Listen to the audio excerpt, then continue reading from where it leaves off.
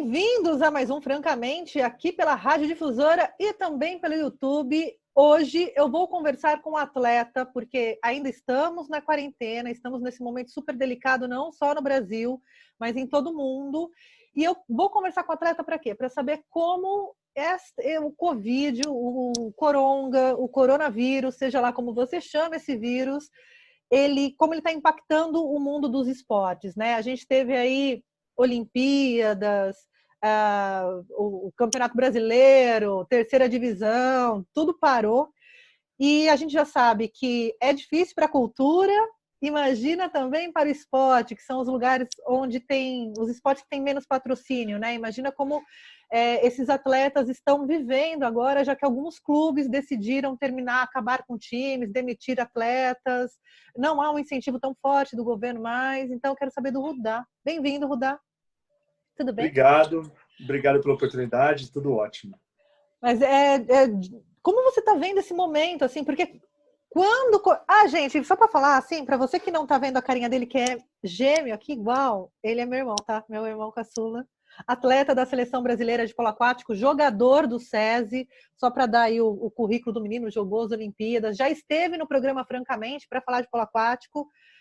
E ele estava na Espanha agora, recentemente, em março, né, Rudá, quando começou aí a questão da quarentena, né? Você estava em treino, estava viajando com a seleção.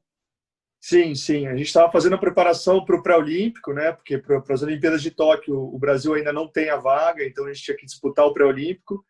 E a gente estava na fase final de preparação. A gente ia ficar 20 dias na Espanha. Aí, no 7º dia que nós estávamos lá, os clubes começaram a fechar e a gente ficou meio que no olho do furacão, né? Então, a Itália também já estava fechada. E aí os clubes da Espanha começaram a fechar e a gente deu a sorte de conseguir voltar imediatamente para o Brasil. Porque o Brasil ainda foi um pouco depois, né? A resolução de fechar foi lá para o dia 20 e tanto de março que essa movimentação começou de fato a acontecer, né? Você chegou no Brasil e já ficou um período dentro de casa, né? Você teve aí um isolamento, porque tem uma coisa que é a quarentena, outra coisa é o distanciamento social, e a outra coisa é o isolamento efetivamente, né? Que você não pode ter contato com ninguém. Você veio e ficou... Quanto tempo você ficou em casa? Eu fiquei o tempo que foi previsto pelos médicos, né? Que eram os 15 dias. Fiquei sem ver minha família, fiquei sem ver ninguém. Justamente porque a gente estava lá na Espanha e começaram a ter muitos casos na Espanha. A gente não sabia se a gente era sintomático ou não, e por via das dúvidas, né, para não contaminar ninguém no Brasil, a gente optou por ficar em casa e por ficar isolado totalmente até passar esses 14 dias. Eu não tive sintoma nenhum, mesmo assim fiquei em casa, não vi ninguém esses primeiros 15 dias, e aí depois que passaram esses 15 dias eu fui visitar minha família e pude fazer algumas coisas, ir até o mercado e tal, mas fiquei 2 semanas e mais um dia sem ver ninguém, isolado em casa. Como é uma novidade, né? Esse vírus é uma novidade para o mundo, ainda não há vacina, enfim. Você quer saber mais sobre o vírus? Vai lá na live do Átila e a Marino, se informe através de cientistas, de médicos. Aqui a gente só está falando um pouquinho da experiência dele como atleta, né? Porque, ainda que seja sintomático, há a transmissão do vírus. O Brasil não tem teste para todo mundo, não há testes em massa, ainda não há, a gente já está em maio, não tem testes em massa, né? Então, a única solução agora é manter o distanciamento social, manter a quarentena, para que a gente não tenha que ficar em isolamento, nem precisar ir para o hospital, enfim, tem todas essas coisas. No cenário do esporte, Rudá, como você tem visto o impacto do corona? Porque a gente teve aí eu até li alguns amigos aí, atletas, querendo que voltasse o Campeonato Brasileiro, sem público, os campeonatos, enfim, acho que era o brasileiro ou o regional que está rolando, não lembro, mas que voltasse os campeonatos sem público, como se isso fosse evitar a transmissão, para atender patrocinador, porque tem contrato, tem transmissão de TV. Existe todo um mercado no entorno do esporte, no caso do futebol, né? Que teoricamente precisava ser atendido. Como que você vê isso? Quase uma irresponsabilidade, né? Colocar as pessoas em campo, seja lá ser na piscina, numa quadra, enfim, atletas, né, para Sem dúvida. jogar. Sem dúvida, é uma irresponsabilidade e assim a gente tem que seguir os órgãos que são competentes para isso, né? Então, Sim. todos os órgãos de saúde, tudo que falam dos órgãos de saúde, a OMS inclusive, a gente tem que tentar seguir à risca, né? Então, se existe uma quarentena, se existe um isolamento social, não tem por que existir um jogo de futebol ou um jogo de qualquer outro esporte. Por quê? Porque, beleza, você não vai ter multidão porque você vai estar lá e não vai ter público, tá, ok. E os jogadores? E a comissão técnica? E os repórteres que vão ter que estar no jogo, entendeu? Sim. Então, assim, de qualquer forma... E toda a estrutura, né? Desde do porteiro do estádio, do bilheteiro, do faxineiro, do guarda... como chama? Uniforme, enfim, tem toda uma estrutura ali que fica atrás das câmeras, né? Que não está em campo necessariamente. Exatamente. E muita gente tem a visão de empresa, né? Que, não, porque se não tiver jogo, então a empresa vai parar de patrocinar, o clube vai perder muito dinheiro. Mas não é o momento da gente pensar no esporte, não é o momento da gente pensar em ganhar dinheiro ou recuperar o que supostamente perdeu. O momento é da gente se adaptar e realmente esperar um momento mais responsável para sair de casa, um momento mais tranquilo para sair de casa. Os clubes de futebol, para você ter uma noção, os clubes de futebol têm essa pressão da mídia e essa pressão de um público, né? A gente não tem essa pressão, a gente é atleta, a gente espera o que tiver que esperar para voltar para a piscina, né? Como é meu caso.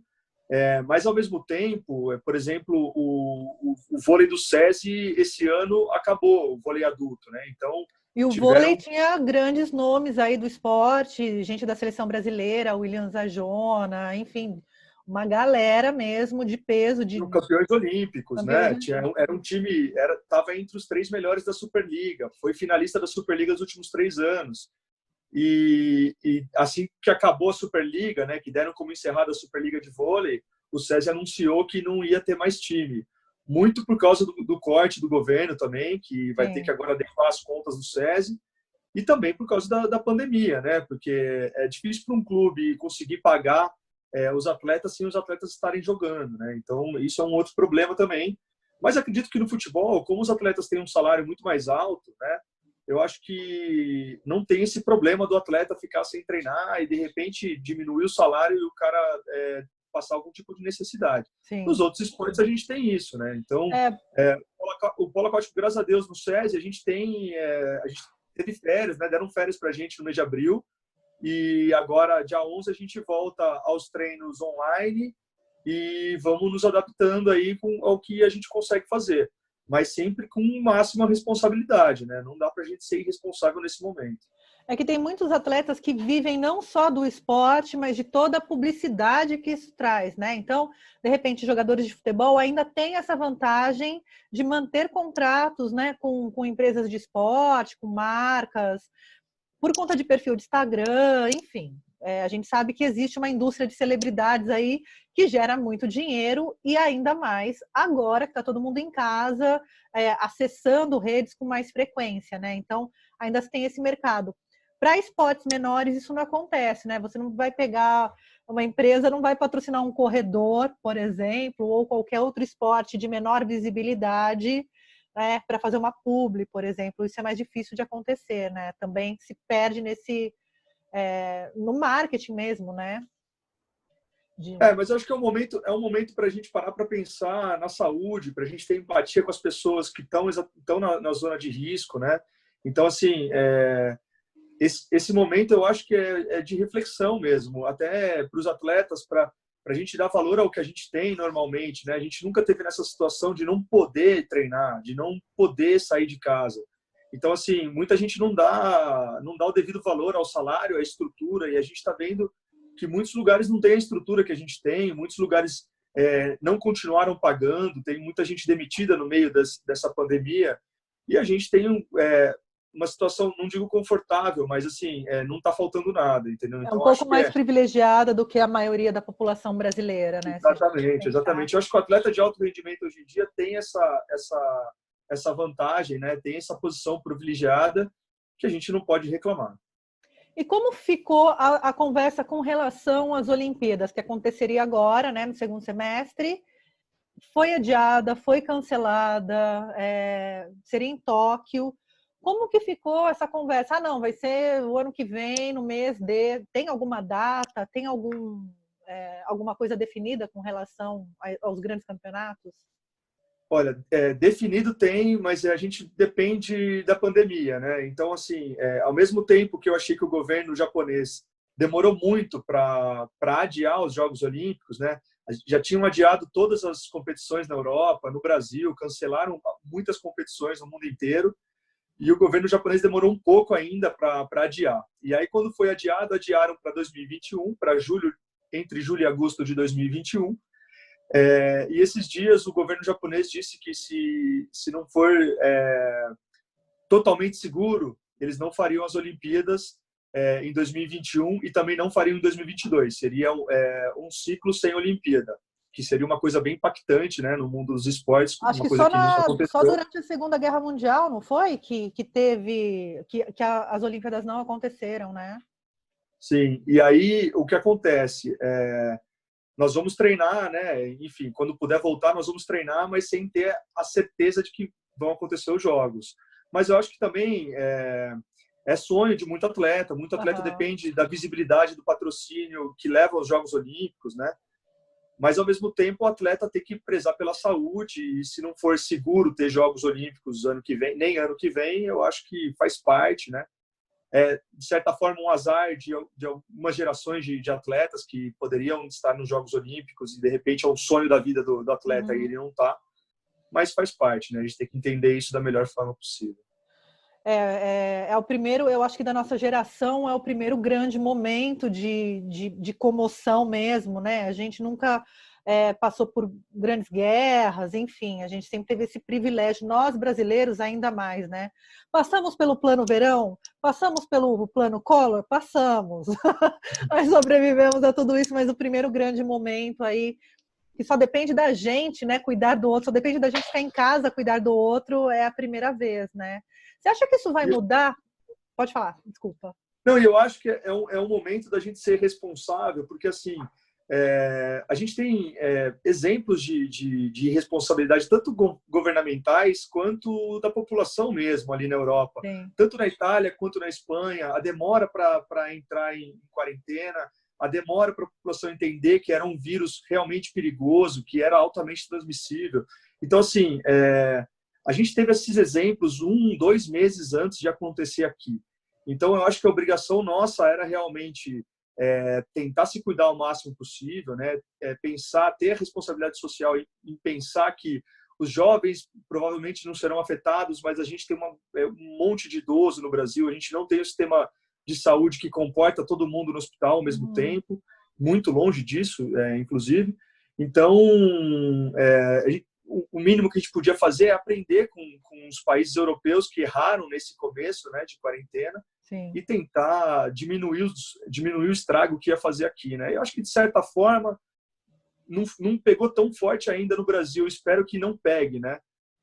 Mas continua sendo preocupante, de qualquer Sim, jeito. chegamos hoje a quase 8 mil mortes, né? Fora as questões da subnotificação, enfim, a gente tem várias questões que nem vamos entrar nesse mérito.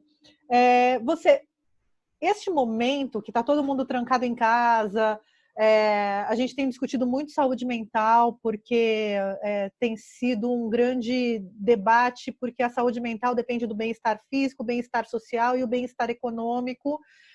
E esses três pilares, eles estão balançados, né? Você aí tem uma instabilidade econômica muito grande, isso atrapalha aí você vislumbrar um futuro melhor. As pessoas ficam em casa, acabam não praticando exercícios porque não se tem esse hábito no dia a dia. Claro, tem academia, a academia fecha, mas o brasileiro não tem o hábito de fazer aquele treininho de 10 minutos em casa, né? Para se mexer mesmo, para movimentar o corpo. Você acha que isso vai mudar, Rudá, que as pessoas, agora que elas estão em casa, que elas estão vendo como é importante ter, né, o pilar físico e emocional em ordem, você acha que, mesmo depois da pandemia, as pessoas vão adquirir novos hábitos? Ou você acha que é só esse treininho em casa que o pessoal posta é só uma moda passageira? Não, eu acho que de alguma forma isso vai influenciar as pessoas. Eu vejo muita gente saindo para caminhar, muita gente. Então, aqui do meu prédio eu consigo ver a rua, que às 6 horas da tarde tem um monte de gente caminhando. Assim, até perigoso, mas se a pessoa vai sozinha, de máscara e tudo mais, se fica longe de outras pessoas, né, respeitando. Mas eu acho que é uma tendência, né? Eu acho que hoje em dia tem uma tendência de fazer esportes, academias lotadas, CrossFit lotado. Mas as pessoas têm que ter consciência também que não precisa ir até a academia, até o CrossFit para fazer exercício. Pode exercitar em casa, né? Inclusive agora a gente adapta e inventa um monte de treino. Para mim que é atleta aquático, né? Sim. É complicado para adaptar para fora, mas eu tenho feito cerca de 2 horas de treino por dia, pelo menos. O Cirilo, que era nosso goleiro, nosso amigo, preparador físico e tudo mais, ele faz uma live dele lá e a gente acompanha, super legal. E é uma rotina, né? Eu acho que até virar uma rotina isso, e isso vai influenciar muita gente a ter essa rotina de fazer alguma coisa, nem que seja em casa mesmo, né? Da pessoa ter aquele peso na consciência de, hoje eu preciso fazer um exercício. Porque o exercício ajuda também na saúde mental, não que o cara vai ficar 100%, mas ajuda bastante. Então, eu acho que essa quarentena vai ajudar bastante nesse aspecto, né?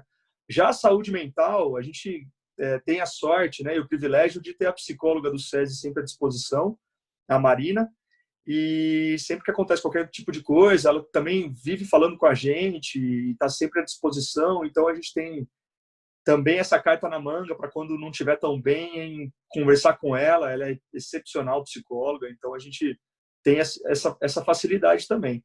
Mas para quem não tem, é realmente complicado, assim, porque é uma fase que você fica muito tempo inteiro em casa, você acaba vendo muita TV, acaba ficando muito no celular, e nem sempre isso é bom, né? Muito pelo contrário, eu acho que é muita informação para um momento muito difícil, assim, de informações ruins.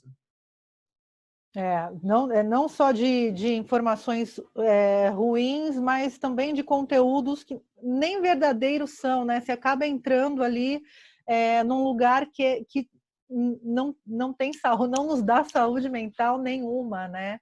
E a gente acaba ficando mesmo muito viciado no celular, vendo lives de gente malhando e não fazendo nenhum tipo de exercício. Você acha que vai mudar? As competições vão mudar, Rudá, depois que isso passar? Porque, assim, na cultura a gente fica imaginando quanto tempo vai demorar para a gente conseguir fazer um evento? Ou você consegue imaginar hoje um show num estádio de futebol lotado, ainda que acabe a quarentena, enfim. Tem alguns hábitos que a gente tem e alguns eventos, enfim, que a gente vai demorar mais tempo para retomar, né?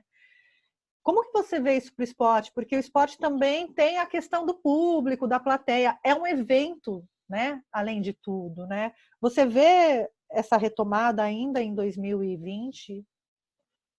Eu acho difícil, para ser bem sincero. Ainda mais esportes que têm grande público, né? Então, o futebol, o próprio vôlei, o basquete, eu acho que esses esportes terão mais dificuldades. Eles vão querer voltar meio que na marra, porque a imprensa e até os patrocinadores influenciam muito para que isso aconteça logo. Mas no nosso caso, por exemplo, no polo aquático, a gente não tem tanta torcida nos jogos, né?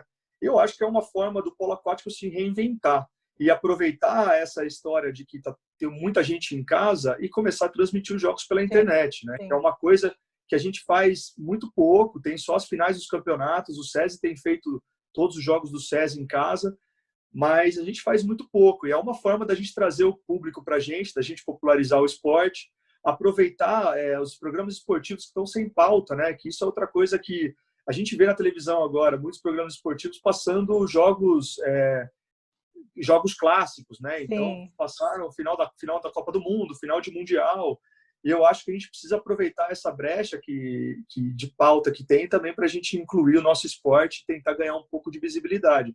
Mas eu acho muito difícil os campeonatos voltarem ao normal agora.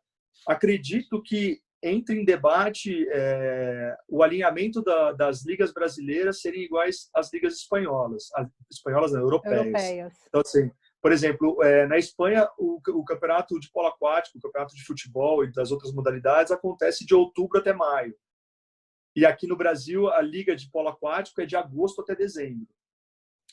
O calendário é diferente, a gente tem dezembro e janeiro de verão, lá o verão é junho, julho, né, e agosto, mas de alguma forma os calendários internacionais de seleções eles são baseados no calendário europeu, não é baseado no calendário brasileiro e sul-americano. Então eu acho que isso é uma vantagem para a gente, pensando na preparação da seleção brasileira, né, em todos os esportes. O vôlei e o basquete hoje em dia acompanham o calendário europeu. Então, a Liga Nacional a Superliga de Vôlei e a NBB acompanham o calendário europeu e os atletas estão sempre preparados para os campeonatos internacionais, né? Para a gente ainda é difícil, mas eu acho que é uma hora de pensar nessa transição para ver se a gente consegue se adaptar também. Mas você não acha que, de repente, o polo aquático, por exemplo, você fez uma temporada na Grécia, terminou uma temporada no Brasil e começou uma temporada na Grécia, até porque o calendário... você conseguiu terminar aqui, concluiu o calendário brasileiro e foi para a Grécia, jogou lá um período, né? Você acha que isso daí também inviabiliza que o atleta brasileiro faça essa pequena temporada em outro país, se preparar em outro país, se o calendário for o mesmo? Porque daí vai ter que optar, né? Sim, acho que de certa forma, se segurarem todos os atletas brasileiros aqui no Brasil, a gente acaba fortalecendo a Liga Brasileira. E se for uma liga brasileira forte, como é a de vôlei, provavelmente os atletas estrangeiros queiram jogar no Brasil. Então, assim, eu acho que é um processo, né? Não vai acontecer de um ano para o outro. Claro que atrapalharia quem quer jogar na Europa e depois volta para jogar no Brasil, mas eu também acho que jogar na Europa, vir só para jogar as finais do Brasil, eu acho que não é interessante para o clube, né? Pensando só no resultado. Eu acho que o atleta de alto rendimento, o atleta que joga na Europa, ele deveria estar aqui mais tempo, até para aumentar o nível do time, ajudar nas categorias de base e tudo mais. O que acontece hoje em dia é que o atleta joga na Europa, volta para jogar um final de semana nas finais da Liga e depois volta para a Europa. Faz um acordo com o clube lá na Europa. Uhum. Então, eu acho que isso, de certa forma, não é benéfico para o polo aquático, né? Eu fiz isso há alguns anos quando eu estive na Espanha.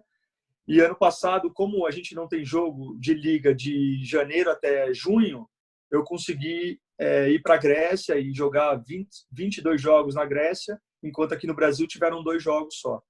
Então, acho que adaptar o calendário e tentar trazer o maior número de jogadores de alto nível aqui para o Brasil. Porque não é por falta de dinheiro, porque lá na Europa também não pagam muito mais do que pagam aqui no Brasil. É mais por organização da liga mesmo, né? O estrangeiro vê a Liga Brasileira como uma liga amadora. Então, acho que quando a gente conseguir mudar esse conceito de liga amadora, a gente consiga ter uma liga mais forte, trazer os brasileiros que estão lá fora e também alguns atletas estrangeiros para fortalecer nossa liga. E existe um trabalho sendo feito agora com relação à Liga Brasileira, né, de polo aquático. O que você vê que precisa, além do calendário, né? A gente fala muito de profissionalização de atletas, né? Porque de repente os esportes que são que têm menos visibilidade, eles não conseguem formar tanto os atletas profissionais porque não tem onde escoar, não tem como pagar, não tem onde treinar, enfim, não tem como manter uma estrutura. E uma liga, se o Brasil tiver uma liga forte no esporte, ele consegue fomentar técnicos, equipes, enfim. Existe esse movimento, Rudá, para que exista uma liga forte no Brasil de polo aquático, que você consiga, inclusive, democratizar o esporte e passar por todos os estados, ou pela maior parte dos estados brasileiros com o campeonato? São duas questões aí, né? Desde 2016 foi criada a Liga PAB, que é a mesma ideia da NBB, que saiu da liga não, da Confederação de Basquete e formou-se uma liga para os clubes. Então a gente tem a PAB, que está organizando os campeonatos nacionais, tanto de base quanto adulto, desde 2016. Ela vem evoluindo, né? Devagar, mas vem evoluindo. E a outra coisa é uma coisa que me incomoda muito, é chamar a Liga Nacional de Liga Nacional, porque, na verdade, é uma liga entre Rio e São Paulo, né? A gente não tem representantes de outros estados. Na segunda divisão, por exemplo, você tem equipes do Norte, do Nordeste, do Sul, do Centro-Oeste. Então, eu considero a segunda divisão brasileira não só mais legal, mas também mais nacional do que a Liga Nacional. Sim. Então, assim, a ideia principal da Liga Nacional é preparar os atletas para as competições internacionais, né? Eu acredito, porque são os atletas que estão na Liga Nacional, na primeira divisão, que representam o Brasil nos campeonatos internacionais. Mas, ao mesmo tempo, a gente tem uma estrutura de esporte, tanto nos clubes quanto na PAB ainda, semiprofissional. Então, tem muito atleta que trabalha o dia inteiro e treina à noite. Tem muito atleta que trabalha, estuda e consegue treinar 3 vezes por semana. Uhum. Então, a gente tem o Pinheiros e o SESI, que são 2 clubes que treinam 2 períodos, que os atletas treinam de 5 a 6 horas por dia, que são profissionais, a gente pode dizer, do polo aquático. E aí você tem o Flamengo tentando fazer a mesma coisa, o Fluminense com dificuldade, o Botafogo esse ano não vai entrar na Liga Adulto, porque quando o futebol não vai bem, eles também perdem patrocínio, perdem dinheiro. Você tem a BDA, que é uma equipe muito forte, mas muito jovem ainda, né, que tem uma equipe júnior muito boa, mas ainda no adulto, eles perdem jogadores quando eles chegam no adulto, que aí o pessoal para fazer faculdade e tudo mais. Tem o Paineiras, que está montando um time forte esse ano, o Paulistano, que também tem sempre time forte, mas você não tem esses atletas treinando 2 períodos. Então, é um esquema semiprofissional. E isso atrapalha na hora de você, por exemplo, querer massificar o esporte. Sim. Porque dali você vai ter o Pinheiros e o SESI com jogadores mais treinados, a maioria dos jogadores na seleção. Aí vai ser difícil você colocar um jogador do Paulistano que treina menos que esses na seleção. Então, assim, ainda existe um desnível muito grande dos clubes da primeira divisão. Dos clubes da primeira divisão para a segunda divisão, também é outro mundo. Então, caem de semiprofissionais para totalmente amadores. Então, são atletas que vão lá, treinam 2 vezes por semana, quando conseguem, né? Uhum. Isso de segunda divisão. Então, eu acho que assim, a gente conseguir nivelar os times de primeira divisão para depois conseguir popularizar o esporte para a segunda divisão, conseguir chegar na primeira, no nível da primeira, é o desafio que a gente vai tentar aí ao longo desses anos. Mas eu acho que vem melhorando bastante, assim. O polo aquático no Brasil, o polo aquático no mundo inteiro deu uma caída, né? O nível do polo aquático deu uma caída, mas ficou mais parelho, assim, de uma seleção para outra. Eu acompanho pelo Mundial e tal, você vê Espanha e Itália agora lá em cima. Antes era mais o leste europeu, então as regras foram mudando também para deixar o jogo mais nivelado entre todos os países. Então, eu acho que a tendência agora é a gente conseguir alavancar o esporte. Tem algumas estratégias, uma delas é essa de transformar o calendário, outra é ter jogos fora do eixo Rio-São Paulo. Então, de repente, uma final de Liga Nacional a gente fazer no Nordeste, ou fazer no Sul, ou fazer no Centro-Oeste, que isso acho que ajuda a atrair e a popularizar o esporte. E tem também as associações, né? Então, os projetos, muito do que acontece hoje no polo aquático, muito do que o polo aquático é hoje no Brasil, são 2 projetos que estão levando o polo aquático nas costas, nas categorias de base, que é o SESI e a BDA, né? Que ali na BDA você tem mais de 1.000 atletas jogando polo. A BDA é de Bauru, né? De Bauru, é o projeto de Bauru.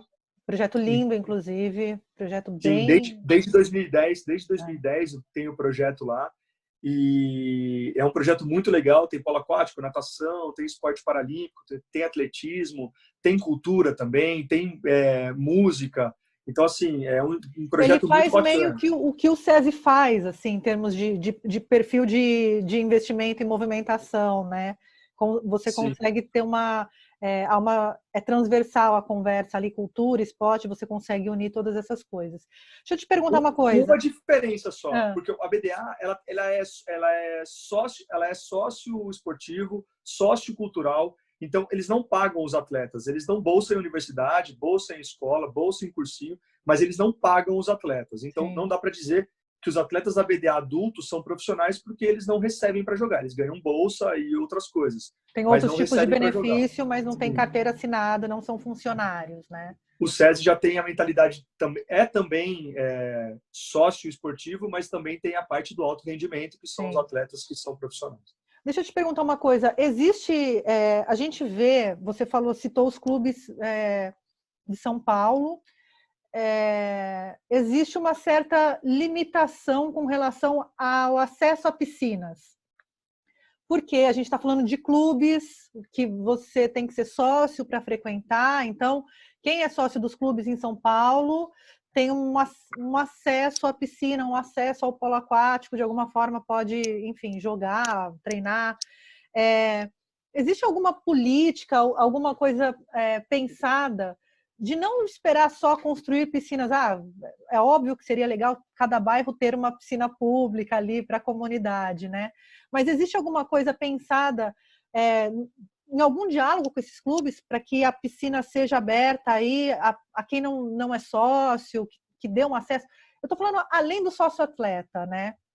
Existe algum tipo de articulação nesse sentido? Então, principalmente os clubes de São Paulo são a elite, né, da sociedade paulistana. Então, acho muito difícil esses clubes abrirem para... já é difícil a quantidade de militantes e sócio-atletas que esses clubes abrem, né? Eles até seguram bastante esse número para não ficar um time só de militantes, só de sócio-atleta. Ao mesmo tempo, a gente teve um projeto aqui em São Paulo que chama Oficina na Piscina, né? E tinham mais de 20 piscinas da cidade de São Paulo que usavam para fazer esse projeto. Então, ensinavam um polo aquático em piscina rasa, em piscina fria, enfim. E desse projeto saíram vários árbitros, vários atletas, vários mesários. E foi um projeto que acabou porque quando você depende do poder público, você depende, de repente, de um vereador, de um deputado, de um prefeito, que depois de 4 anos o cara sai, e aí você acaba perdendo o projeto se o outro prefeito, se o outro governante não abraçar. E foi isso que aconteceu.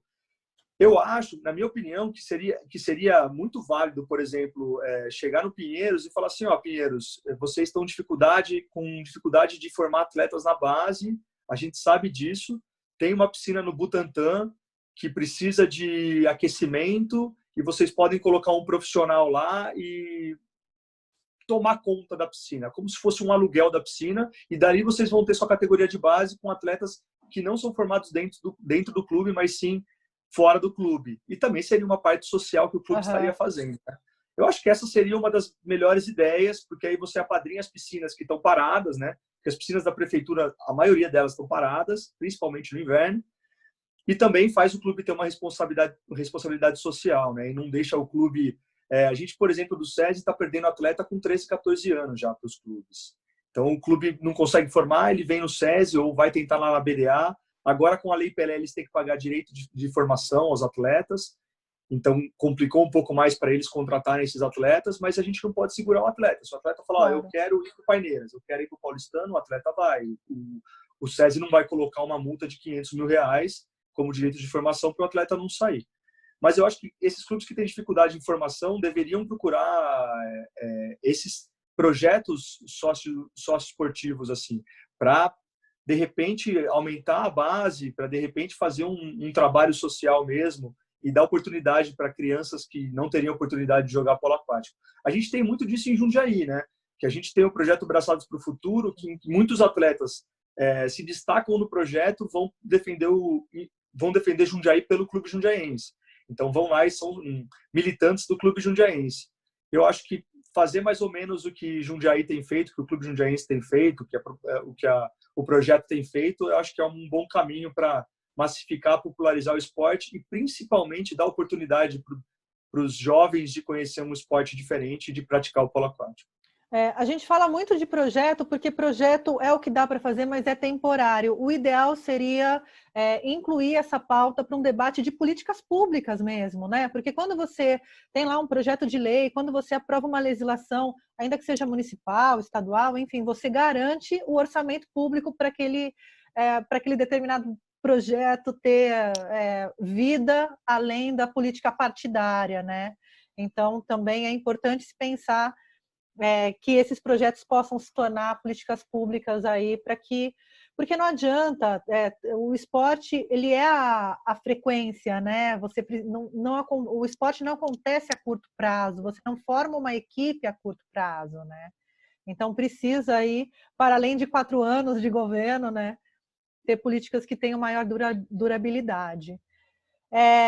Dá uma dica aí para o pessoal que está em casa, para os atletas que estavam treinando, o pessoal da AJ estava treinando, estou acompanhando, estão treinando em casa, estão mandando fotinho. O que você tem a dizer para o pessoal, para esses atletas, os não profissionais, né? Que estão em casa? Olha, duas coisas. A primeira é para não se cobrarem tanto. A gente vive também nessa loucura de querer fazer o máximo possível e, de repente, fica mal porque não consegue fazer o tanto que queria fazer. Então, eu acho que não é uma fase da gente se cobrar tanto, fazer o que puder fazer, o que conseguir fazer, e tá ótimo. A gente vai passar por essa fase e vai conseguir voltar a fazer exercício fora de casa e tudo mais. E, ao mesmo tempo, né, vindo de outro lado, tentar não ficar parado no celular muito tempo. Eu tenho uma regrinha básica aqui, que eu coloco horário para as coisas, então eu tenho horário para ficar no celular, horário para estudar, horário para fazer exercício. Quando eu sinto que o exercício não foi tudo que eu queria, eu faço um pouco mais à noite. Aproveitar essa fase também para manter a mente saudável, então ler livros, assistir filmes interessantes também sobre esporte. Eu costumo ver muito isso também e pensar positivo, né? Pensar que logo mais a gente vai sair dessa também ajuda bastante, eu acho. Eu vi que você tem postado, falando em redes sociais, eu vi que você tem postado bastante coisa do Patrocínio Polo. Patrocínio Polo, O que é este projeto? Aquela que nunca mais vai na desligar, né? Assim, tipo, eu ia encerrar, mas não vou, porque lembrei de um assunto aqui que ia passar batido. Na verdade, é um perfil de um amigo nosso que é formado em marketing e ele vive fazendo vídeos do pessoal, de atletas, de técnicos, de árbitros. E ele tem uma ideia meio maluca, assim, e é bem legal de meio que usar o polo aquático como eu posso dizer, buscar, não é diretamente buscando patrocinadores, mas é divulgar o polo aquático de uma maneira inovadora, uma maneira diferente, assim. Então, ele faz vídeos diferentes, ele mostra o polo aquático de outra visão. Então, assim, até para os atletas que estão no meio há muito tempo, os vídeos são super legais, assim, porque são perguntas diferentes, são pessoas diferentes, são pessoas que você nem imaginava que fosse dar uma entrevista, e ele vai lá e entrevista. E é tudo São figuras... curtinho, né? É rapidinho de ver. Ontem você me mandou um vídeo, eu fiquei vendo, vi o Maurício, fui vendo a galera, eu vi uma cara conhecida e ela vê o vídeo. Eu achei muito legal o perfil. Sim, e ele vem ajudando bastante, né? Porque você tem vários tipos. Por exemplo, dificilmente você consegue ver um árbitro dando entrevista, um árbitro de polo dando entrevista, Sim. ou um técnico de polo dando entrevista. Normalmente os atletas dão, e ele está entrevistando todo mundo, assim, de uma forma diferente, de uma forma mais legal, assim. Então, eu acho que tudo que ajuda na visibilidade do polo aquático, a gente apoia e tenta ajudar da melhor forma possível. E tem um outro também, voltando para suas redes sociais, porque eu te sigo no Instagram, siga o RudaZF, tá, né? Mas o perfil é RudaWP, é isso? Não, é RudaZF. RudaZF. Ele mudou, né? Você postou esses dias o Sigo Esporte. O que é o Sigo Esporte? Explique para o povo. Isso é uma foto linda dele com a bandeira, gente.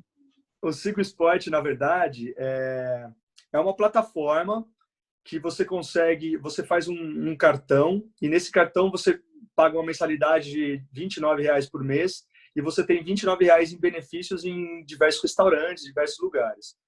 E desses R$29, uma porcentagem desse valor vai para o atleta, porque você entra como atleta ou você entra como fã. Se você entrar como fã, você escolhe o atleta que é seu ídolo, por exemplo. Uhum. E aí tem lá a lista de atletas, e aí você pode escolher esse atleta como seu ídolo, e parte desse dinheiro, parte dessa mensalidade vai para esse atleta que é seu ídolo. E também outra parte agora está indo para as instituições que você pode escolher também no ato que você faz o seu cartão. Então eu fiz isso o ano passado, ainda era bem o começo, esse ano que eles estão melhorando bastante, estão fazendo uma rede social só da Sigo Esporte. Tem alguns atletas já campeões olímpicos e atletas conhecidos, né, renomados no Brasil, fazendo parte. E cai naquilo que eu te falei, tudo que é bom para o esporte, tudo que eu vejo que é saudável e que vai ajudar na imagem do esporte, eu procuro ajudar e procuro participar também. Nossa, achei muito legal essa iniciativa. Eu acho que não só dá visibilidade para os atletas, mas também aproximar a pessoa não só do ídolo, mas também do esporte em si, né? Te dar uma oportunidade de participar de outras formas do esporte. Achei muito legal. Ó, o perfil é sigo.esporte, eu vou deixar aqui o link em algum lugar, mas é bem legal. Não dá para ver nada aqui, mas tudo bem, vocês fingem que estão vendo, combinado? Bem E é legal. interessante também essa aproximação do fã com o ídolo de outras modalidades, né? Porque a gente tem uma mentalidade de o ídolo é o jogador de futebol e na verdade todo esporte tem o seu ídolo, tem a sua rede de fãs, né? E tem muito atleta que é tão vitorioso quanto os atletas de futebol. A gente Sem costuma dúvida. falar que o futebol é negócio e também é esporte, né? E os outros esportes, por enquanto, são esportes. E esses atletas têm que fazer, né? Tem uma vida dedicada integralmente ao esporte e também são vencedores. Ó, campeão, o Daniel Hernandes, que é campeão pan-americano de judô, está aqui. Tem aqui muita gente de várias áreas. A Ana Moser está aqui também. Enfim, tem que entrar lá e seguir o perfil e dar uma fuçada lá, porque realmente várias modalidades aqui são contempladas. Isso é muito bom. Só um detalhe da Ana Moser, ela tem um projeto super legal que chama Instituto Esporte Educação, que esse é o projeto que parte da verba vai para esse projeto, vai para o Instituto Esporte Educação. Então, a Ana Moser, jogadora de vôlei consagrada, famosa, Sim. Ela tem esse projeto que é muito legal. Eu ainda não conheci pessoalmente, mas vou conhecer pessoalmente, com certeza. E também parte dessa verba arrecadada vai para o Instituto da Ana Moser. Que legal, tá aqui. Acabei de entrar no perfil da Ana Moser, estou aqui stalkeando a Ana Moser. Mas é muito legal a gente divulgar todas essas ações que são voltadas para esportes que não têm tanta visibilidade quanto o futebol, enfim. Porque a partir do momento que você cria um público, que você cria o interesse em torno do esporte, o patrocínio vem, né? A gente nunca sabe se precisa do patrocínio para atrair a galera ou se precisa da galera para atrair o patrocínio. Eu sou da opinião que o povo manda, né? Quanto mais gente tiver numa arquibancada, mais interesse as marcas vão ter de estar naquele lugar, né? Sim, para a gente é um perigo isso, porque a gente né, publica bastante coisa do polo e cria uma demanda que a gente não tem piscina para ofertar, né? Então, assim, eu faço bastante propaganda do polo, diversas vezes pessoas de São Paulo, de Jundiaí, ou de outros lugares me falam, eu quero começar a jogar polo. Tá, quantos anos você tem? 18. Então, para onde eu mando essa pessoa, entendeu? Sim. Então, isso é uma dificuldade muito grande da gente criar uma demanda, sendo que a gente não pode ofertar o nosso esporte para todo mundo. Recentemente, eu fiz uma matéria com a Record, que a gente foi na DPM aqui em São Paulo, e eles jogam um polo aquático lá, e eles são super competitivos, tipo, umas 40, 50 pessoas jogando polo aquático com o pé no fundo, super adaptado, assim, um golzinho pequenininho, pé no fundo, a bolinha de borracha e tal, bolinha de plástico, né? E a gente caiu na água para jogar com eles e foi demais, assim. E é uma coisa que a gente fala, não, você já jogou futebol? Eu já joguei futebol. Tá, mas eu joguei onde futebol? Eu joguei na rua, fiz gol de chinelo e joguei futebol. Campinho, eu falo que joguei futebol. Qualquer terreno vira campinho, né? O futebol tem essa vantagem também, né? E o polo aquático tem esse obstáculo de eu perguntar numa sala de aula e falar, alguém daqui já jogou polo aquático? E ninguém levantar a mão. Aí eu pergunto, alguém já jogou bola dentro da piscina? Aí um monte de gente levanta. Então, isso é polo aquático. Então, desmistificar o esporte é muito importante para a gente também. Então, lá na DPM é muito legal, porque eles adaptaram e jogam isso. E é super legal o esporte que eles jogam também. É bem parecido com o polo aquático. É claro que para jogar o polo você precisa ter um pouco mais de preparo físico, porque você não toca o fundo, mas de qualquer forma é o jogo adaptado, assim como existe o futebol com um golzinho de chinelo, entendeu? E é a mesma coisa, não deixa de ser futebol por causa disso. Isso e eu acho legal, bem interessante. Ainda mais um país tropical como o nosso, né? Um país quente, os esportes aquáticos deveriam ser o primeiro na lista ali do que fazer na quinta-feira à noite, né? Do rachão do futebol da quinta-noite ou da sexta. Eu acho que esportes na água deveriam ser os primeiros ali no topo da escolha, né? A natação tem uma popularidade legal. A natação é um esporte que é bem nacional, assim, né? Você tem no Norte e Nordeste, você tem várias equipes fortes de natação. É claro que no Rio e São Paulo, por patrocinadores e tudo mais, tem os bons clubes, no Rio Grande do Sul, que faz frio, né? Grande parte do ano, você tem o Grêmio Náutico União, que tem vários atletas da seleção brasileira, que tem atletas consagrados, mas assim, é um esporte muito mais nacional do que o polo aquático. Mas também é um esporte individual e não dá muito para comparar, assim, né? Sim. Com tanto de litoral que a gente tem no Brasil, era para ter um campinho de polo aquático em cada praia, né? Era para ser uma coisa muito, muito comum. Espero que um dia chegue lá, neste momento, que a gente volte à praia em algum momento. E quem sabe no futuro não tenha polo aquático para todos aí. Fui para o Guarujá, nossa, fui lá, joguei polo, fui aprender na escolinha ali na praia, né? Seria bem legal. É isso aí, Rudazinho. Obrigada, viu? Imagina, Obrigada. eu que agradeço mais uma vez o espaço, agradeço o Aqui, convite. assim, esse corporativismo, a gente vai trazendo gente da família, assim. É nepotismo puro. Nepotismo puro, a gente tem aprendido isso aí, governo, enfim. Não, mas eu acho que é super válido, o seu trabalho é um trabalho super válido, porque dá espaço para muita gente que não teria esse espaço se não fosse, né, a sua forma de pensar e exatamente isso que você está fazendo. Então, eu acho Que é super criar válido. espaço para diálogo, né? Aqui é minha piscininha, né? Para a gente democratizar alguns assuntos que a gente precisa, não sei, que a gente tem que falar mesmo, a gente tem que falar de esporte, a gente tem que falar de cultura, a gente tem que falar de saúde mental e vamos ocupar os espaços para que a gente possa levar a palavra às outras pessoas, né? Valeu, Isso aí. Roda. Obrigada, Eu viu? que agradeço. Obrigado você. Tchau, tchau. Beijo. Beijo, tchau.